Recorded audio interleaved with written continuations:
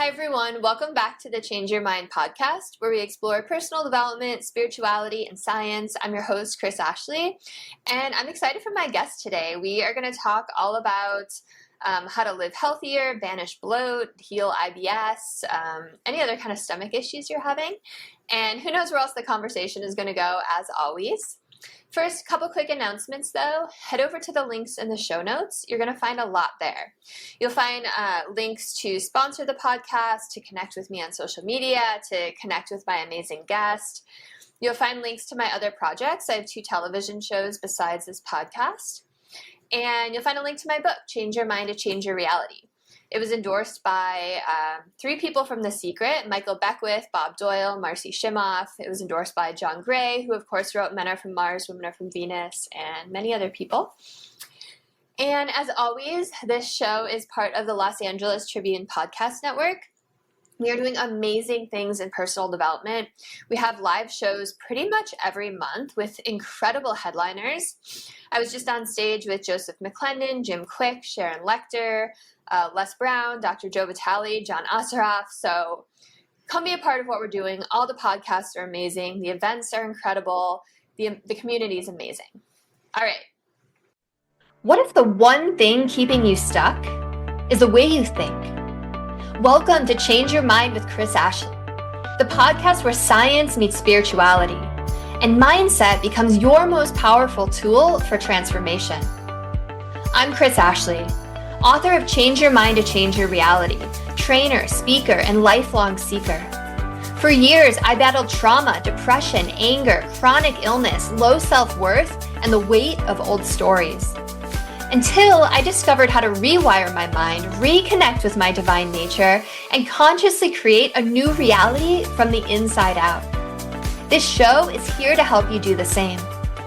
Each week, we explore the intersection of personal development, spirituality, and science, diving into topics like healing, emotional mastery, entrepreneurship, resilience, and the quantum nature of reality.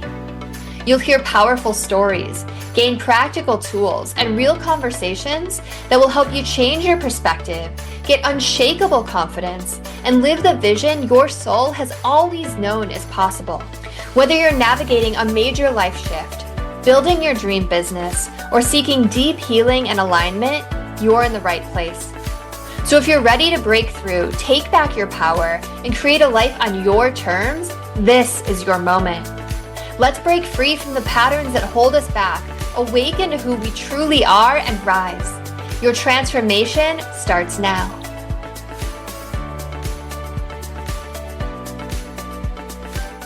So with me today, I have Jodi Geline.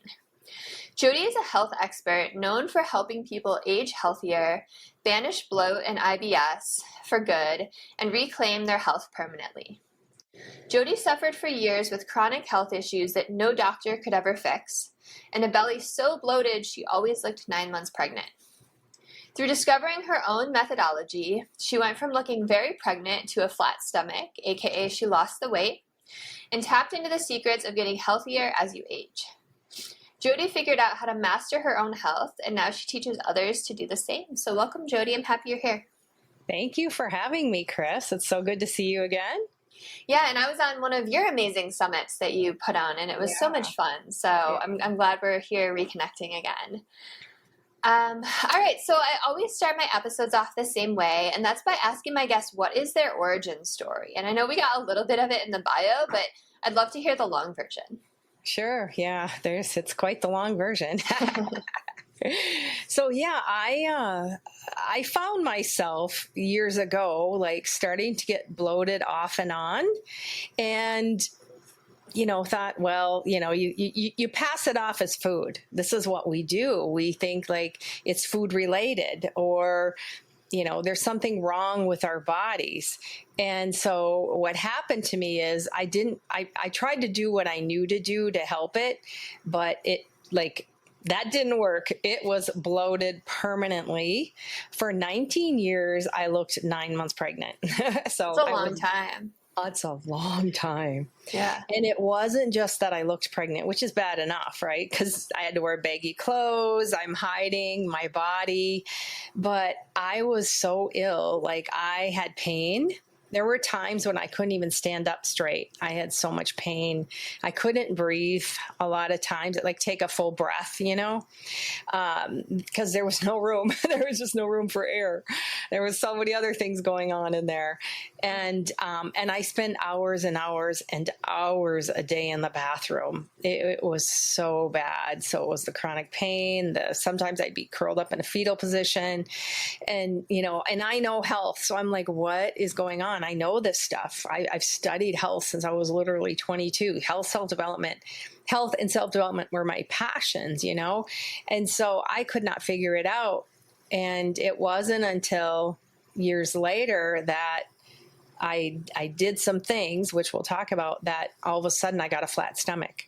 So I went from looking 9 months pregnant for 19 years to a flat stomach, which was huge for me. It was, again, it's not just the stomach, right? It healed so many things in my life. And, like now it's easy for me to go back and see like what it was all about, what it was from. And, but when you're in it and you don't feel good and you're thinking your body is working against you, because I used to want to just punch my belly and wanted to burst like a balloon and then it would be all gone. That was my fantasy.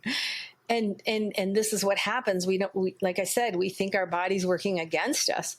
I had no idea it was actually working to tell me something. It was bloated because it was telling me there was something deeper there to heal, a deeper wound that I was carrying inside that it was trying to get my attention to heal. And that, when I healed the emotional wounds, and lessening my stress in my life, learning to love myself, that is when my body healed. It was huge. I thank you for sharing that. 19 years is a long time to be uncomfortable in your own skin, but also to be in pain and like that much discomfort. And I didn't know where you were going to go with this. I thought you were going to talk about healing your gut, which we're probably going to talk about too. But I love that you went to the emotional place, because that's something I talk about a lot too. Illnesses and diseases and pain are signs from our body, right? That tell us something is out of alignment, or we're not on the path we're meant to be on, or there's something that needs to be addressed. So I love that you went there. Yeah, totally. So talk to me about like what that process of like figuring that out was like.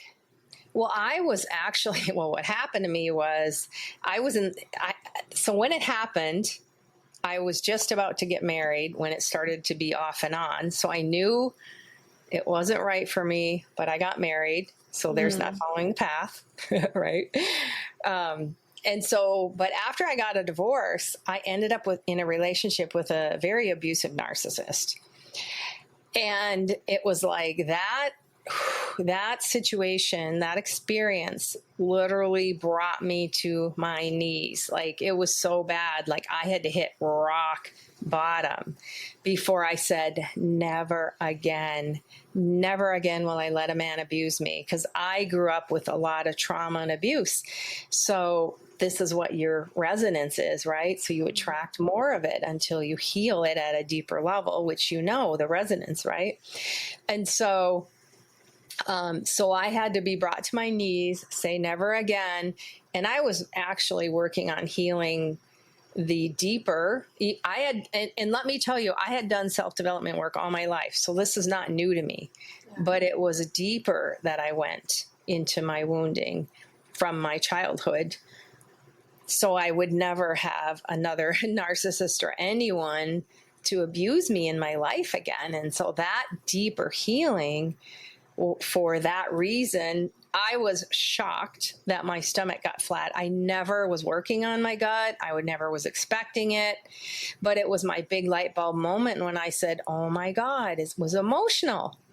It was emotional. And that was huge. And I'll tell you what really solidified knowing it was the narcissist called me one day, and I was having a really good day. I'm in the middle of my healing, right? I still was a little wobbly. Good days, bad days at that time. And the phone rang. I looked down and had a friend over. And when I looked down, it was the narcissist. And that fast, my belly got huge.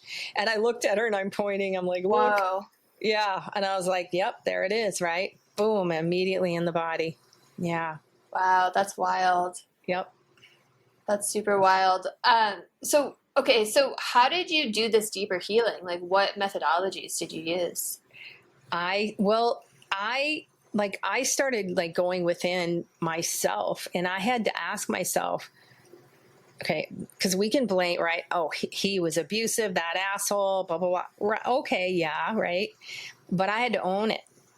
I had to own, why did I allow this man to abuse me? Well, that's not easy, going within yourself, saying, wow, why did I allow this? Because I allowed it. I could have walked away in the beginning, but that's the wound, right? The wound is in there, and it's very difficult. And I know people that are going through it or have gone through it, they understand what I'm talking about. It's easy to go, oh, you should have just left.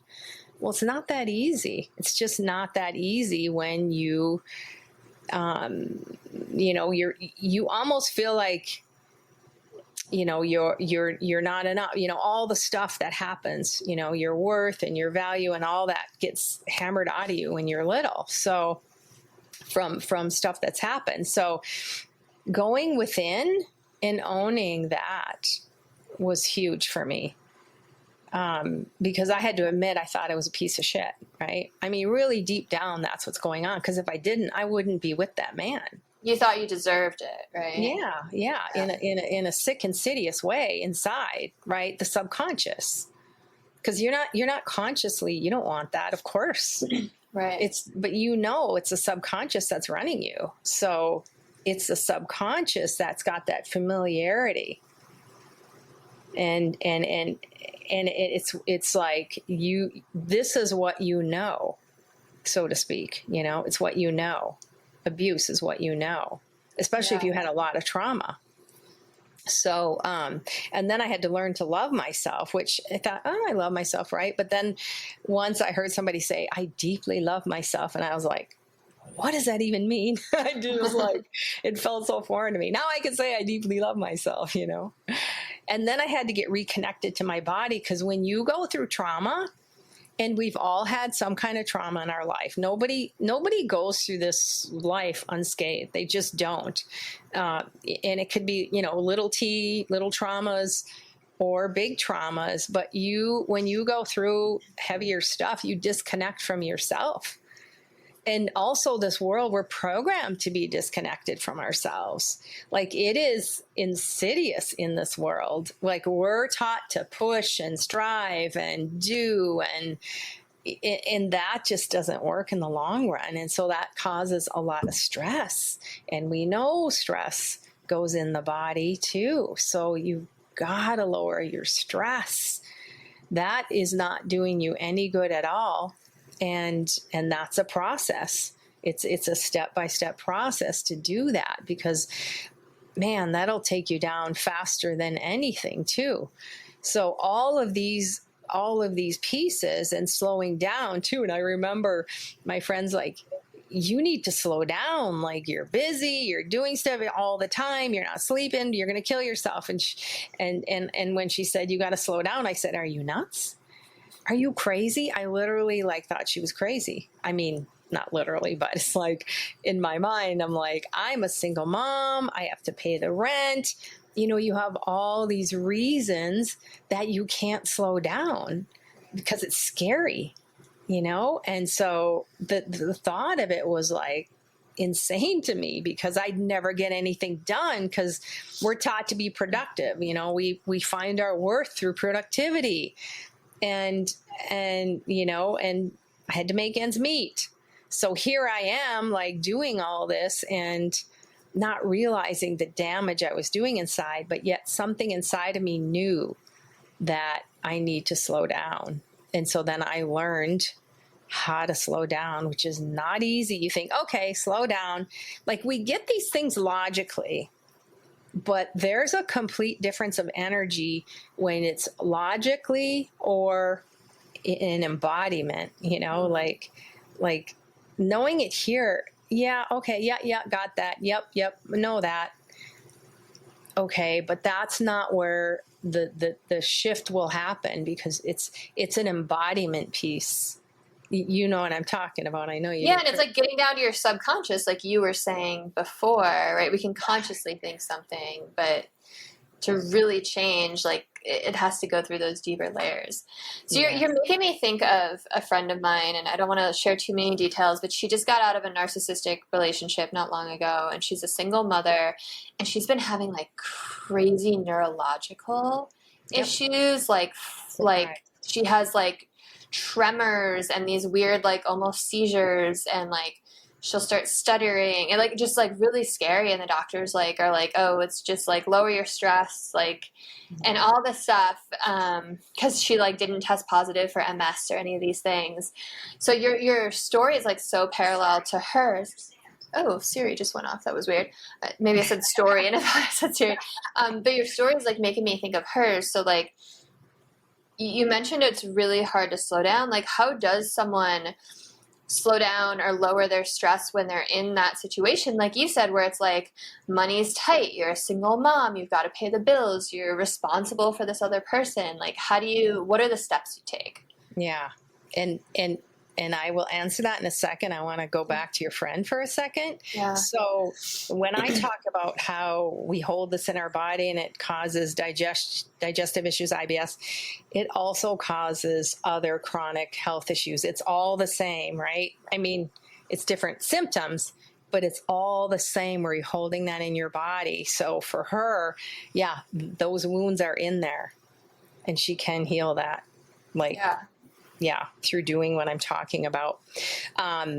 So what I did, I was like, oh my God, my mind, I don't know how to do this. You're worried, oh my God, I don't have enough money for rent or whatever it is. And I remember I'd be sitting at my desk and and I was like, and so I just like got up and I went and I sat on my couch for a minute. And that literally, I had no idea, but now I call it my step away method. So I got up, I went, and I literally physically moved.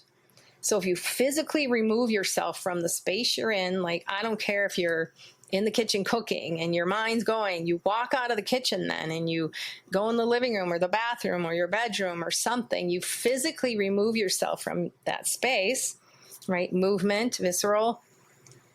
And then you sit for a minute and you sit in silence. Well, in the beginning, right, it's difficult. The mind's going, and that's okay, because the mind does what the mind does. Doesn't mean it's you. It's the mind. So you just try to, quiet it. Then you go back and do what you're doing, and then it comes back again. You step away again, and like just try, quiet your mind. I'm telling you, I was stepping away a lot in the beginning. I didn't really know what I was doing. I was just trying to quiet my mind. But I discovered as I kept doing that, I was stepping away less and less and less, to the point where I got my mind to quiet down. Like, I literally got it. Now, your mind's never going to stop 100%. Okay, because the mind is what the mind is, but your thoughts don't have to be those thoughts that you've learned a lot of your life, like ripping on yourself or all of that. Like, I don't do that to myself at all anymore. So it's freeing the mind, trying to get it to be quiet as much as you can. And when it's really incessant, it's like breaking that pattern right away. That's why I say you walk away. Otherwise, man, that mind can go like a freight train. You could go through scenario after scenario, and it can go just down the rabbit hole. That's where you get in trouble, right? It's like, can you make up the stuff? The mind can be just incessant. So it's trying to catch it sooner rather than later. So just to start to reduce that stress, because it does start here with the worry and all of that. Because as you know, you're putting that out in the world and creating more of it then. And it's a balance, Yeah, no, it makes sense, because it's like you're disrupting the pattern, even just by like moving your body a little and changing your surroundings is enough to like kind of distract your brain a little away from that.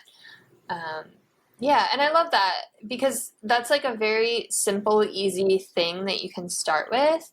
That it's not like go sit in meditation for an hour when someone might not have time for that, or like, I don't know, go get a massage or something if someone can't afford that, right? It's very practical, so it's a good tip. It is practical, and you can do, anybody can do it. Yeah.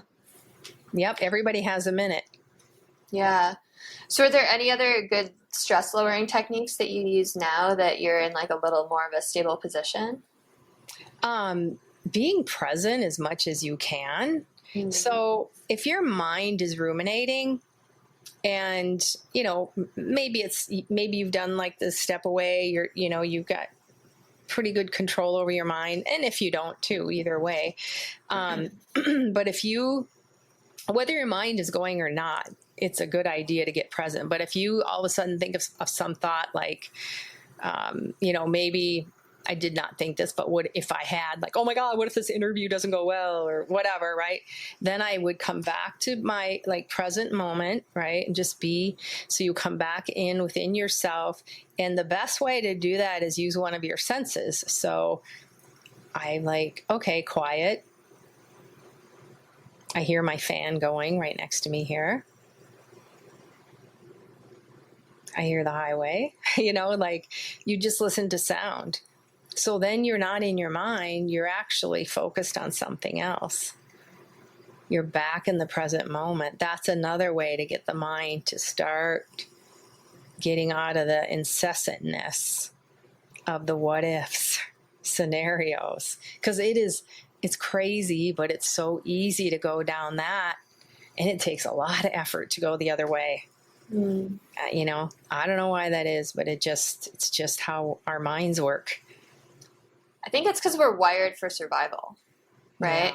Yeah. So it's like we're always, especially like as women, like once we're mothers too, especially, it's like we're always on the lookout for like danger, right? Like we're looking for that like lion or tiger or something that's going to like hurt us. But like really, we don't live in that day and age anymore. Yeah. Yeah, so true. But your body does hold all that emotion, and your body always has the answer. So when I'm working with people, I work in the body, because the body will always tell you, right? Like it's telling you you're having symptoms, you've like say your friend has taken on so much of that trauma inside from that abuse, which is bad. I know how bad that abuse is. And then it's like, right? It's like, it's holding all of that. So healing that, to be able to release it out of the body. And I'll tell you, when I work with clients, I'm a somatic intuitive, where I'm right there with them. I feel what they feel in their body. Like I can tell when we hit the deeper emotion. I can feel when their body wants to release. Like I can literally feel it. Sometimes I'm like, oh boy, like I know where that is. I can just feel it in my body. So, but the body always knows. Your body will always tell you. So there's wounding in there. I don't care what kind of health problem you have. Your body is telling you there's a deeper emotional wound to heal. And when you do, and you release it and you reconnect to your body, that's permanent healing, because that's healing on an energetic level where you will never be the same anymore, because you hit the deeper wound, you've reconnected, and you've released that trauma out of the body. So that's permanent healing rather than a Band-Aid fix, which we typically learn in this world, and it doesn't get you anywhere. It's more, management versus healing, symptom management versus solving it, Yeah. Yeah. And I'm like, you're making me think about, I'm a big fan of Julia Cannon and Louise Hay, and they both have like really amazing books that will kind of guide you. You can look up your symptoms in there, and they'll kind of help you with like the underlying cause. And oftentimes it's like very, just, I don't know, like realistic. Like if you're having stomach issues, maybe you're in a situation that like you can't stomach, right? Or if you're like having a headaches, it's like you're in like something is just like a pain in your head, right? So it's just like the body, the way it communicates is just like very straightforward if we can just tune in and just kind of pay attention to it. Yeah, and I'll tell you so I used to hold my breath as a child to not cry, so I wouldn't cry. Aww. So I would hold my feelings in. Yeah, I had so much trauma, and I was like, I didn't want anybody to know how hurt I was, so I would say, I'd hold my breath and I'd say, nobody cares, nobody cares, nobody cares. And that was how I numbed myself. And not realizing it, I was still doing it throughout a lot of my adult life. It just was a habit, right, that I had done. So I didn't even know what I felt like it's crazy, but I know people listening can relate to what I'm saying, that you don't even know what you feel because you've numbed yourself so much. But I'm telling you this because think of like when you do this, like, you know, I was stuffing everything down, right? Like pushing the feelings down into your stomach. Yes. Right. And no wonder it got huge. Like, okay, we're at our capacity now. Holding a lot, yeah. 9 months and ready to birth here. Yeah, it's crazy, but you know, it's what happens. It has to go somewhere. It doesn't escape if you don't heal it. That's unresolved. Anything in the body that you're having physical symptoms with is unresolved trauma, unresolved emotions. So when you can heal those, that's when it can release, like I was saying. So it's there for a reason. Just like when you're hungry, what does your body do? It tells you, I'm hungry. So like, because we don't even really think about it, right? Our stomach growls, oh, hungry. That's your stomach speaking to you. Your body is always speaking to you. Always, always, always, always speaking to you. Really get that. It's always speaking to you and telling you things. But see, we get disconnected from the trauma, from this world we live in, from trying to make it, achieve, make money. Yeah, total disconnection from ourselves. Yeah, so like getting back in your body is like an important next step. So important. Yeah. So let's go back to like learning to love yourself again. Like, how did you fall in love with yourself? Yeah, one of the things I did was I, again, was so disconnected from myself that I blocked out 95% of my childhood because of the trauma. I still don't remember. And I'll tell you, you can heal. I do not remember. Nothing's come back, which is fine. I don't care, right? I've healed it. So you can heal whether you remember things or not. Can I just ask about your childhood? So it's just like total amnesia from your childhood. Like you don't know what happened. I know I can think of some instances, but most of it I've blocked out. Like, wow. Yeah. Yep. Yeah. That's what happens. See, it's the brain cannot handle that amount, or, you know, your soul, whatever, can't handle that amount of trauma. So you like dissociate. You literally disconnect, you dissociate. It's too much to deal with at such a young age.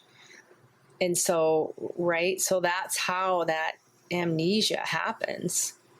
So yeah, it's crazy, but what are you going to do, you know? So when are your first memories from? Probably 5th grade. Wow. I remember a few things younger, like some abuse things, but that's it. Wow. When I was younger, but yeah. Wow. 5th grade, I remember a couple things, and then maybe more high school. Wow. Yeah, that's like definitely a protection mechanism. Yeah. Okay, sorry to interrupt. So you were talking about you can learn to heal things even if you don't remember them. Yeah. So of course, right, I'm not connected to myself as a little child, but it's like, well, that is you. And I remember hearing about inner child healing, and I thought, oh, that's so stupid. I'm an adult, right? I don't need to heal my inner child. But not realizing, oh wait, that is me, because I mean, I'm the same me as I was yesterday or the year before. Well, I'm the same me as I was as a 8-year-old and be the same when I'm 90. You're the same consciousness. Your body shape or your body may change, right? Your looks or whatever, but you're still the same. So, okay, I get that, right? So, because I didn't know myself as a little child, I would look at a picture of myself when I was little. I had a few pictures and I was like, okay, well, I don't know who that is. And nobody told me to do this. Like, I was just like trying to figure out how can I try to remember, how can I connect, so that was what I had come up with.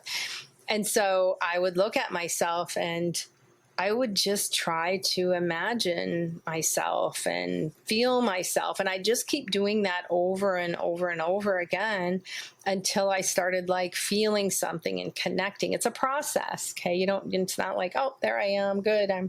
I'm connected now, but yeah, so I just went through that to really try to reconnect to myself and, feel myself and feel like some compassion because, I work with clients who've had abuse and they're like, they have no compassion for themselves, which I get because we think of ourselves as damaged goods when that happens to you. So you're not, right? You're not. It's just the programming that's happened to you. So if you can reconnect, like, oh my God, look at, have that compassion for that little child and what they went through. Cause you would do that for someone else. Especially a child, right? Right. If you saw another 5-year-old, you would have compassion, like, oh my God, but somehow you're different. But I get it. Right. So when you think, I know this, right? Because I went through it. You think that you're much older than you are because you've had to handle adult things. So you think of yourself as an adult and you should have been able to handle it and figure it out. That's what happens in the mind of a 5-year-old that's been abused, 6, 7, 8, whatever. That's the mentality that you get, which is why you have a hard time finding that compassion for yourself. So part of that too is having, connecting, having compassion for what that poor child went through, that trauma, whether you remember it all or not, like I remember incidences. I don't know some of the things that happened. I don't know when they started or when they even ended. The only way I could figure out ages was based on ages of siblings. Like, like I'm like piecing things together that way. But as far as a memory, I don't really know. I'm just logically like, I piece things together. And that's just... It sounds like maybe you don't really need to know. I don't. Right? No, yeah. I don't. Yeah, no. Yeah. Because I've healed it. Like I really value myself now. And I'm telling you, when you heal this, you shift on an energetic level, and that is permanent, right? You can't go back. Like I would never undervalue myself because I've healed that, right? So what do you attract when you've well, let me give you an example. Like, okay, so shame is one of the lowest energies on the scale. A low vibrational level. Well, I had shame a lot of my life. Well, low vibration, right? Not that I was functioning in the world. I was, assistant VP of a bank, I was doing all the things, right? This is all stuff that's running underneath. Right. So, but yeah, shame. So shame to like getting out of that, your frequency raises, you shift, right, on an energetic level. And once you heal it, you're not going back. It's permanent. So then, like I'll say an abusive narcissist would never show up in my space. Never. Because I do not resonate on that level. I just don't. It's impossible. So that's how you shifted. And I've attracted an amazing soulmate just not that long ago, which is like so awesome, So it's like, it's because of resonance. I know it is. Like, I can't even say, oh my God, I'm so lucky. No, it's not luck. It's resonance. Yeah. And these are the things you can attract when you heal those deep inner wounds. And I think it really speaks to what you were saying earlier, that you have to take responsibility and accountability for the part that you play in it. Because I know there are so many people who will hear what you just said and feel triggered by it and be like, wait a minute, you're telling me I attracted this? And it, you know, like, what happens to you isn't your fault, but your healing is your responsibility. And like understanding the part you play, even if it's on a subconscious level and it's feelings of worthlessness that are not your fault that you got, right? You still have to confront that in order to like move through it. I just wanted to highlight that because it's so important. And I know people have that like knee-jerk defensive reaction. Yeah. I see it all the time when I talk about like, you create your reality, right? Yeah. It's a mindset shift that, that it's not your fault, right? You don't know any different. It's just what came to you, but the healing has to come from within. Yeah. That's the key. Nobody outside of you, right? They can guide you and all that, of course, but it's all from within. That's the permanent. It's like you were doing the best you could at the time with the knowledge and the tools you had, but now you can get different knowledge and tools, right? Yeah. Yep. So how do you, I know you said that you're an intuitive somatic healer. You know, like when you're working with someone, like what's kind of your first step to help them reconnect with their body? That's a huge question. I don't know if I can explain it all on here because that's pretty deep. So I have a way of guiding them in their body in order to see where that wound is, what emotion is attached to that wound in order to heal it and release it. That's probably the best way that I can describe it. It's a whole huge process, right, that I do, but that is how I get in there. And I just know, like, again, like I'll feel what they feel. I just know where to go. I don't know. It's all come to me, you know, like. Is it kind of like I've worked with somatic healers and even like EMDR and stuff where it's like, where in your body do you feel this? How do you describe it? Is there a color? Like all of those things? Is that kind of? Yeah, some of that too. Yeah. Yep. Very cool. Yeah. So is there anything we haven't talked about today that you really want to get out there to people? You know, the biggest thing I want people to understand is you have way more control over your health than you realize. I mean, way more control. Okay. I've mastered my health. I get healthier with age. Okay. People don't say that. Nobody says that. Like, they get healthier with age. It's quite the opposite. But you can master your health. You can get healthier. We're so programmed, when you hit this number, then you're going to fall apart. Bullshit, right? I call bullshit on all of that. It's not true. That's just the system programming you, right? To sell you whatever, you know, to make you feel better and, you know, about yourself. Maybe not physically, because look at what happens to people, you know, as they age. That doesn't have to be, right? That's a big thing that I teach too, that you just don't have to age like everybody else. You can get healthier. And and part of what I talked about is part of it. And this goes so much more beyond foods. Of course, food is important, and we always think it's the food, but yeah, it's very important what you eat, right? Because there's so many toxins and things, but there's so much more, right? So being able to master your health, you can, like, you 100% can. I know for sure, because I experience it. I help my clients with it too. So you have way more control over your health than you have any idea, but you've got to be the one to take that control. I teach you the steps, but you've got to, you know, you follow it, right? That's how you do it. So when you say you get healthier with age, and we know, like, managing your emotions and like doing all the healing work is important. And you mentioned food, and I'm sure there's things like exercise and sleep and all of that, and lowering stress. Is there anything else that you attribute to like that's helping you get healthier with age?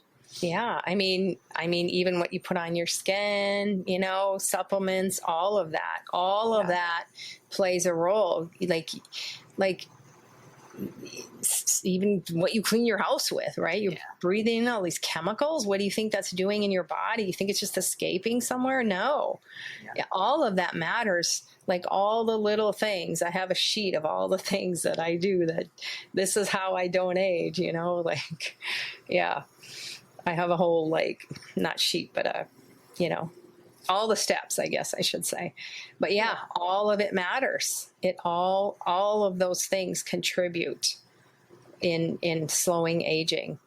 Yeah. I mean, you're speaking my language. We're such biohackers around here. It's like all the water is filtered, all the air is filtered. Like we only use like essential oil cleaners. Like there's no chemicals in our food or preservatives or anything. So or anything in our house. So. Yeah, it's important. And it's a bummer that we live in a world that you have to really pay attention to all of that. But you are, again, taking responsibility. You're your own best advocate. Yes. You have to be the one to take care of your health. Yep. Yes, exactly. You are the one. Amazing. Well, I'm sure people want to know where they can connect with you and find you and work with you. So if you want to just take a moment to share. Sure. Yeah. So if you want to know, like, what hidden emotions are affecting your health, causing poor digestion, causing chronic health issues. Because when I say chronic, I know people have been unhealthy their whole lives, right? So this is something that can be healed. You've gone to doctor and you're not getting anywhere. I work with those kind of people. I love those kind of people, the hard cases, right? But really, so if you want to understand the hidden reasons why why your body is so-called acting up, you can take my quiz, and I'm sure you'll have the link. It's peace, P-E-A-C-E, of myheart.net, net/quiz. So peaceofmyheart.net/quiz. And then you can determine what hidden emotional causes are at the root, because you have to heal at the root in order to heal your chronic health problems. So important to get to the root emotional cause with the unresolved emotions. So that's you could take that quiz. That's one of the best ways. You can go to my website, peaceofmyheart.net, and check me out. I have YouTubes. So, yeah. Amazing. Well, thank you so much. I'll make sure those are in the show notes. And it's been such a pleasure to talk to you. Thanks for coming on and sharing all of your insights. And if you're listening and this resonated and there's someone you think would resonate with it in your life, send it to them. Like, comment, share, subscribe, all the things. Let's help lift humanity up. Have a beautiful rest of your day, everyone.